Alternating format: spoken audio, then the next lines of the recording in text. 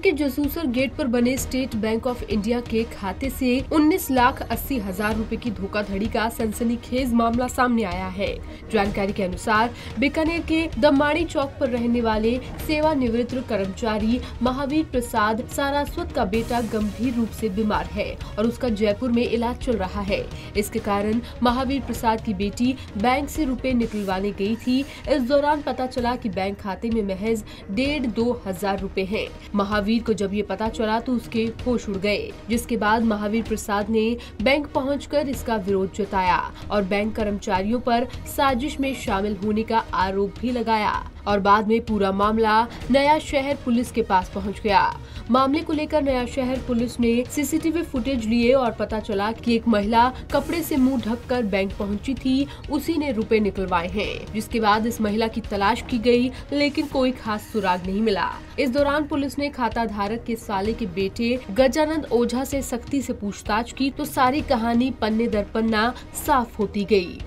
2022 को एक मुकदमा नया शहर थाने में दर्ज हुआ कि एक परिवादी ने एक लिखित तहरीर दी कि उसके बैंक अकाउंट से किसी व्यक्ति ने 19,80,000 रुपये की रकम धोखाधड़ीपूर्वक निकाल ली।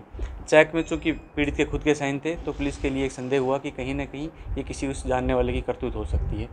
पुलिस ने परिवार पर एक पैनी नज़र रखी कि किस व्यक्ति का बिहेवियर अबनॉर्मल है। आमतौर पर देखने में आता है कि ऐसी कोई भी घटना होने के बाद में जो मुलजिम है उसका बिहेवियर कहीं ना कहीं एक्स्ट्रा कॉशस वाला होता है, वो अबनॉर्मल होता है। तो इसमें जो पीड़ित है उसके साले का लड़का था गजानंद, जो चार्टेड अकाउंटेंट में फाइनल ईयर का स्टूडेंट था। वो कहीं ना कहीं बहुत ही प्रोएक्टिवली होकर काम कर रहा था। उसके बिहेवियर में कहीं ना कहीं नर्वसनेस थी। घटनास्थल पे जो बैंक था वहाँ की सीसीटीवी फुटेज जुटाई गई तो वहाँ जिस लड़की की भूमिका पाई गई उसका हाव भाव चाल ढाल से पता किया गया तो ये जो मुलजिम है इसके साथ इसकी इंगेजमेंट हो रखी है। तो इन दोनों से जब कड़ाई से इन पर नज़र रखी गई, मुखबिरों से इसकी पता किया गया तो इन दोनों की भूमिका में संदेह होने पर पुलिस ने इनको डिटेन करके पूछताछ की तो इनसे रकम की रिकवरी भी हो गई और ये भी पता चला कि सिर्फ पैसे के लालच की वजह से इन्होंने अपने परिवार के साथ ही लूट की एक साजिश रची। हमने आईपीसी की धारा 420, 451, 120B और 380 के तहत मुलजिमों को गिरफ्तार कर लिया है। क्या किस तरह से मदद क्यों नहीं कर रहे हो? क्या कर रहे हो? आमतौर पर ये होता है कि मुलजिम जो होता है वो अगर वो परिवार का सदस्य होता है तो वो उसकी मदद कराने में सबसे आगे रहता है ताकि पीड़ित को कहीं भी शक ना हो।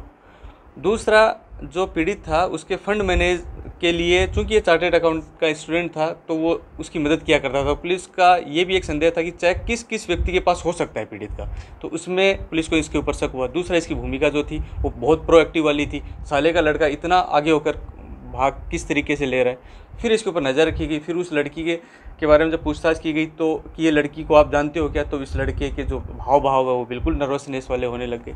तो इस तरीके से फिर पुलिस को पता चला। इसमें और लोगों की संदिग्धता पाई जा रही है। अभी इन दोनों लोगों की ही भूमिका सुनिश्चित हुई है। आगे इस मामले में और अनुसंधान किया जाएगा। जिसकी व्यक्ति की भूमिका आएगी उसको नामजद करके गिरफ्तार किया जाएगा। बैंक ने इतनी बड़ी की जाएगी कि किस तरीके से वो चेक उनको प्रदान किया गया, क्या उन्होंने ड्यू प्रोसीजर का पालन किया, क्या अगर प्रोसीजर का पालन नहीं किया तो क्या उन्होंने जानबूझकर नहीं किया या एक प्रोसीजर लैप्स हुई तो कार्रवाई की जाएगी। अगर तो मुलजिम के तौर पे उनको नामजद किया जाएगा। पुलिस अधीक्षक अमृत कुमार ने बताया कि गजानंद की घबराहट के चलते ही पुलिस को उस पर शक हुआ। सख्ती से पूछताछ के बाद न सिर्फ उसने जुर्म कबूला बल्कि 19,80,000 रुपए भी उससे बरामद कर लिए गए। पंजाब केसरी टीवी के लिए बीकानेर से आनंद की रिपोर्ट।